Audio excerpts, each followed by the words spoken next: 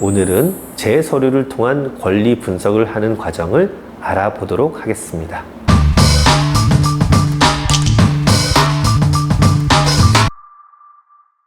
안녕하세요. 친절한 양쌤입니다.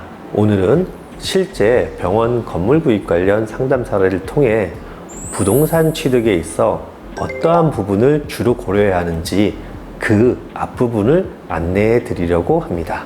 그리고 다음 영상에서는 재무적인 관점에서의 의사결정 과정과 실제 취득하기까지의 내용을 다루려고 하는데요.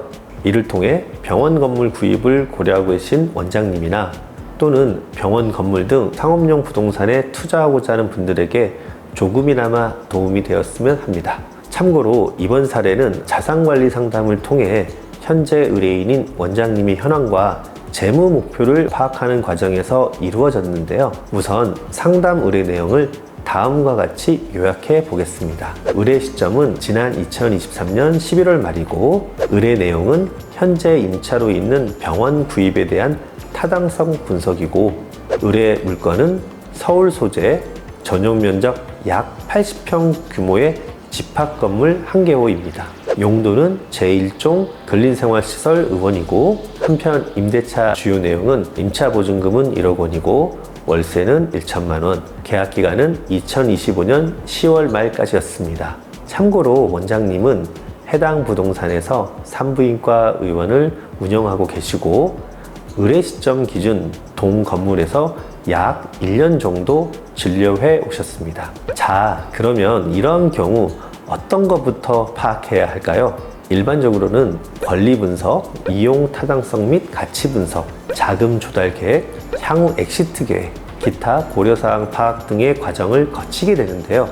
오늘은 제 서류를 통한 권리 분석을 하는 과정을 알아보도록 하겠습니다. 우선 집합 건물인 경우 다음 그림이 집합 건축물 대장을 통해 구조, 용도, 면적, 소유자 현황 등을 파악할 수 있고요. 또한 다음의 등기사항 증명서를 통해 기본적인 사항을 확인할 수 있습니다. 이때 등기사항 전무증명서 표제부에는 소재 지번, 건물 명칭 및 번호, 건물 내역 등 한 동의 건물의 표시와 대지권의 목적인 토시의 표시 등을 확인할 수 있고 한편 갑구에서는 소유권에 관한 사항을 확인할 수 있는데요. 누가 해당 부동산이 소유자인지 또는 권리사항이 있는지 여부 등을 파악할 수 있습니다.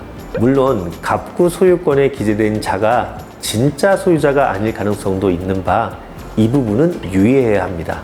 그리고 을구에서는 소유권 이외의 권리에 관한 사항 등을 파악할 수 있는데요.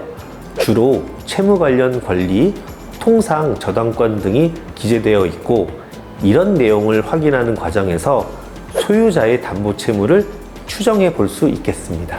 참고로 집합건축물 대장은 민원 24에서 등기사항 전부증명서는 대법원 인터넷 등기소에서 각각 열람 및 발급 가능합니다.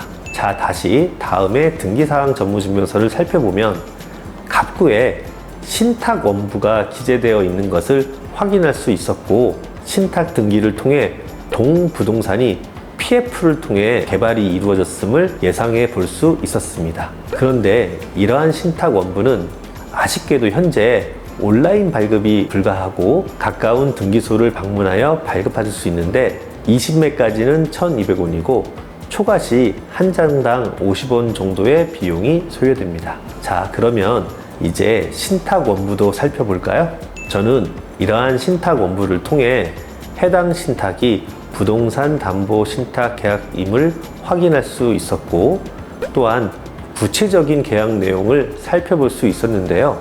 개인정보 등도 담겨 있어 영상에서는 원부 전체를 공개할 수 없는 점 양해 바라겠습니다. 그리고 신탁 원부의 특약사항과 별지 등을 통해 저는 채권자로 추정되는 우선 수익자가 누구인지와 수익권 증서 금액을 살펴보는 과정에서 실소유자의 동부동산 관련 채무를 예상해 볼 수 있었습니다.